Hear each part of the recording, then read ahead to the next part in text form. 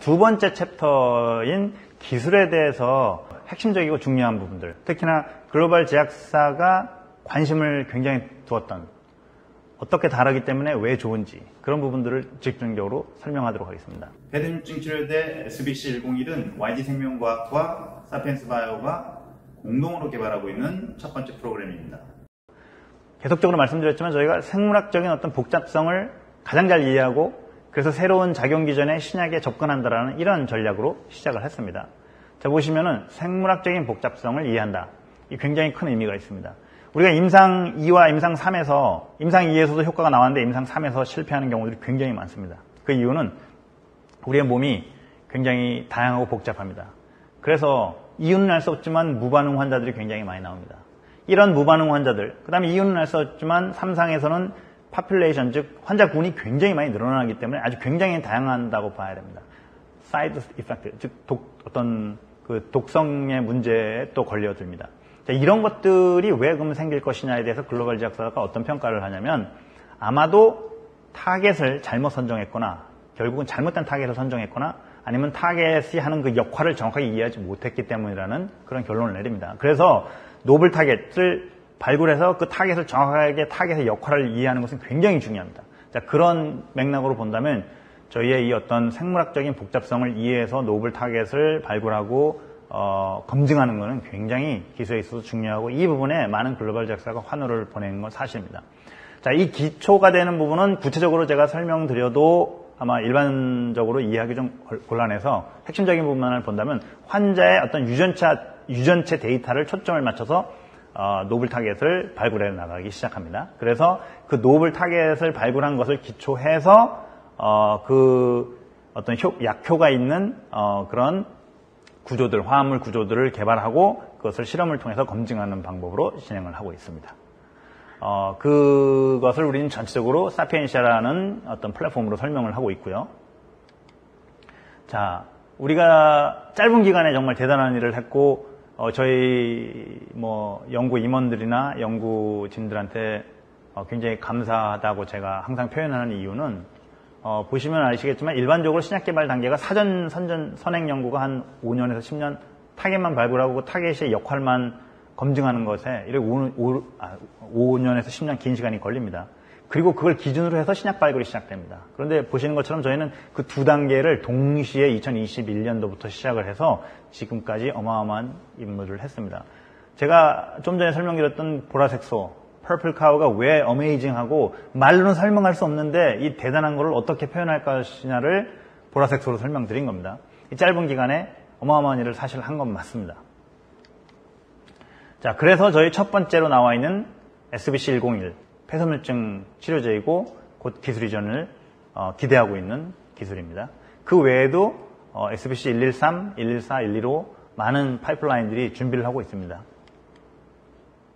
자, 그렇다면 특발성 폐섬유증 첫 관심 질환에 대해서 한번 설명을 해 보이겠습니다. 특발성 폐섬유증은 예후가 안 좋습니다. 3년에서 5년 정도 지나고 나면 사망률이 굉장히 높습니다. 그리고 섬유증 치료제 시장이 아직까지 미충족 의료 수요가 굉장히 높고 시장 가치가 굉장히 큽니다. 자, 그런데 이 섬유증이 그럼 왜 생기는 걸까요? 섬유증이 이유는 잘 모르겠지만 상처가 나기 시작하면 그 상처, 그러니까 폐 안에서 상처가 나기 시작하면 어떤 염증 반응이 생기고 그 염증을 치유하기 위해서 면역세포가 움직이기 시작합니다. 그 면역세포가 치유를 하는 과정에서 치유가 딱 끝나면 거기서 멈춰서 더 이상 작동하면 안 되는데 치유가 됐는데도 불구하고 치유가 안 됐다고 생각하고 콜라겐 등을 계속적으로 생성하면서 폐를 딱딱하게 만들어 가는 과정입니다. 그래서 섬유증 자체의 이 섬유증 자체를 치료하기 위해서는 어떤 파이브로틱 뿐만이 아니라 인플라메토리 측면도 굉장히 중요한 부분으로 요즘 부각되고 있고 저희가 바로 그 부분에 많은 초점을 맞추고 있습니다. 유전체 분석을 통해서 노블 타겟을 찾아가는 여정에 대해서 설명을 드리겠는데 구체적인 설명보다는 결과적으로 어떤 것이 우리한테 정말 뛰어난 기술인지를 설명드린다면 이 한 페이지로 설명할 수 있습니다. 환자 데이터 중심으로 말씀드렸지 않습니까? 환자의 데이터 중심으로 유전체 연구 기반을 가지고 타겟 유전자를 발굴한다. 이것은 임상성공에서의 어떤 가능성을 높여준다는 좋은 장점이 있고요. 그리고 이거보다 더 중요한 거는 저희가 이런 방식으로 노블 타겟을 시도를 했는데 많은 그 타겟들 중에서 저희가 6개로 지금 후보 물질 8개의 유전자 후보 가운데서 6개에서는 굉장히 유의적인 어떤 그런 효과의 실험을 검증을 했습니다. 보시면은 ARPC2가 현재 저희가 타겟하는 것이고 진 A, 진 B, 진 C, 진 E, 진 F도 다 좋은 효과를 보이고 있고 그 중에서도 진 C와 진 F는 글로벌 제약사들도 많이 다시 관심을 보이고 있습니다. 이 진의 이름은 무엇입니까? 라고 질문을 합니다. 물론 이 진을 가지고 또 다른 하나의 어떤 개발을 위한 연구를 할 수 있습니다. 다시 말씀드리면 이 페이지에서 제가 전달하고 싶은 메시지는 ARPC2를 타겟으로 한 폐섬유증 하나로 저희 회사가 글로벌 제약사가 되는 건 아니기 때문에 나머지 많은 노블 타겟에 대해서도 저희는 시간과 어떤 자금과 역량을 쌓는다면은 충분히 개발해서 매년 거래 가능한 그런 기술 개발을 할 수 있다라고 확신할 수 있습니다. 자, 그러면 왜 우리가 ARPC, 그 중에서도 ARPC2를 먼저 선택했느냐? 특발성 폐섬유증하고 연관된 유전자이고, 섬유증 반응 진행에 필요한 유전자이면서, 동시에 당연히 어떤 혁신적인 first in class의 가능성이 가장 높았고, 또 신규 치료의 어떤 기전을 보이고 있기 때문에 저희는 이 타겟으로 ARPC2를 1차적으로 선정을 했습니다. 다른 찾아낸 진 C나 진 F들도 저희 정말 해보고 싶고 아마도 글로벌 제약사가 그 부분에 있어서도 굉장히 큰 지금 관심을 보이고 있는 건 사실입니다. 새로운 작용 기전의 폐섬유증 치료제라고 제가 이름을 붙였습니다. SBC101은 말 그대로 새로운 작용 기전의 폐섬유증 치료제입니다. 타겟을 발굴하고 노블 타겟을 발굴하고 그 타겟에 바인딩하는 후보 물질에 적합한 단백질 구조를 탐색해서 저희가 힛 물질을 선정한 이후에 지금까지 약 2년 동안에 한 800여 종이 되는 신규 물질을 디자인했습니다. 아시겠지만 이미 특허로 나가 있습니다. 이 특허로 나갔을 때는 다 신규성을 확보한 것이고 다시 말씀드리면 저희가 디자인한 이 신규 물질은 세상에 없었던 새로운 물질입니다. 새로운 물질을 개발한 것이고 그 새로운 물질에 어떤 약효가 있는지를 실험적으로 증명한 것이고요. 자, 먼저 그렇다면 많이들 아시는 그 인비트로입니다. 인비트로에서는 섬유증 진행을 억제할 수 있는 물질의 치료 효능을 검증했습니다. 다시 말씀드리면 이것이 바로 엔티파이브로틱, 항섬유화가 있다는 걸, 항섬유화 조절을 한다는 것을 저희 물질이 검증을 한 실험이고요. 두 번째는 항섬유화뿐만 아니라 아까 말씀드린 것처럼 그 염증 반응을 치유하기 위해서 면역 세포가 움직이기 시작하는데 이 면역 세포가 과하게 본인이 할 일 역할을 하고 빠져야 하는데도 불구하고 계속적으로 콜라겐을 생성하면서 어떤 그 섬유증을 유발하기 때문에 이 면역 반응의 활성을 억제하는 그런 기능도 저희 이 화합물이 가지고 있다는 것을 여기서 보여주는 실험으로 검증을 했습니다. 즉 엔티파이브로틱과 엔티인플라메이토리, 즉 글로벌 제약사가 환호하는 이 두 가지를 모두 지금 보여주고 있는 상황입니다. 그리고 동물 실험에서 인비보 실험에서 동물 수준에서의 어떤 최소 용량 결정을 하는 다양한 실험들을 했고 지금까지 한 7번 정도의 동물 실험을 통해서 이 적정 용량으로 15에서 약 30 mpk 정도 안에서 약효가 가장 좋다라는 것을 확보할 수 있었고요. 그리고 그 글로벌 제약사가 임상에서 성공 확률이 높을 수 있는 실험, 즉 PCLS 스타디, 인간의 폐 조직을 통해서 하는 실험입니다.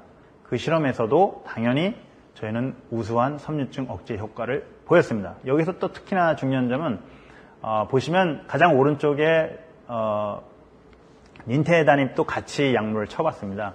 근데 닌테는 이게 지금 5개 콜라겐 A, 그 다음에 CTGF, 트위스트, 파이브로넥틴, 알파스마 이런 그 바이오마커들이 있다면 이 바이오마커들 중에서 닌테단임은 위에서부터 하나, 둘, 셋, 네 번째 닌테단입도 파이브로넥틴에서는 좋은 효과를 보입니다.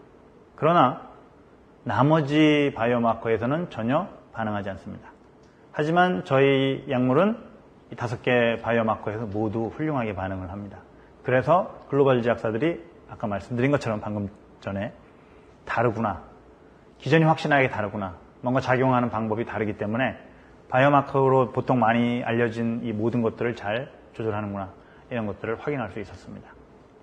그리고 이거는 저희가 렛에서 실험한 PK 값입니다. PK 값에서 뭐 여러분들이 유의있게 봐야 할 거는 가장 밑에 있는 BA라고 표시되어 있는 BA 값인데 이 BA 값이 좋다라는 얘기는 지금 78%, 거의 80% 정도를 지금 보이고 있는데 이 BA 값이 좋다라는 거는 높은 경구 생체 이용률은 결국은 원하는 양리학적 효과를 달성하는데 필요한 투여 약물의 양을 줄여서 부작용 및 독성의 위험을 줄 수 있다는 얘기입니다. 다시 말씀드리면 이 바이오 availability가 좋아진다는 얘기는 BA가 좋아진다는 얘기는 투여 약물의 양을 줄여서 부작용이나 뭐 독성으로부터 더 안전할 수 있는 세이프티 마진이 더 확보된다는 그런 의미로 해석하시면 됩니다. 그리고 글로벌 제약사가 요청한 4주 연속 투여 독성 실험에서 안전성을 확인했습니다.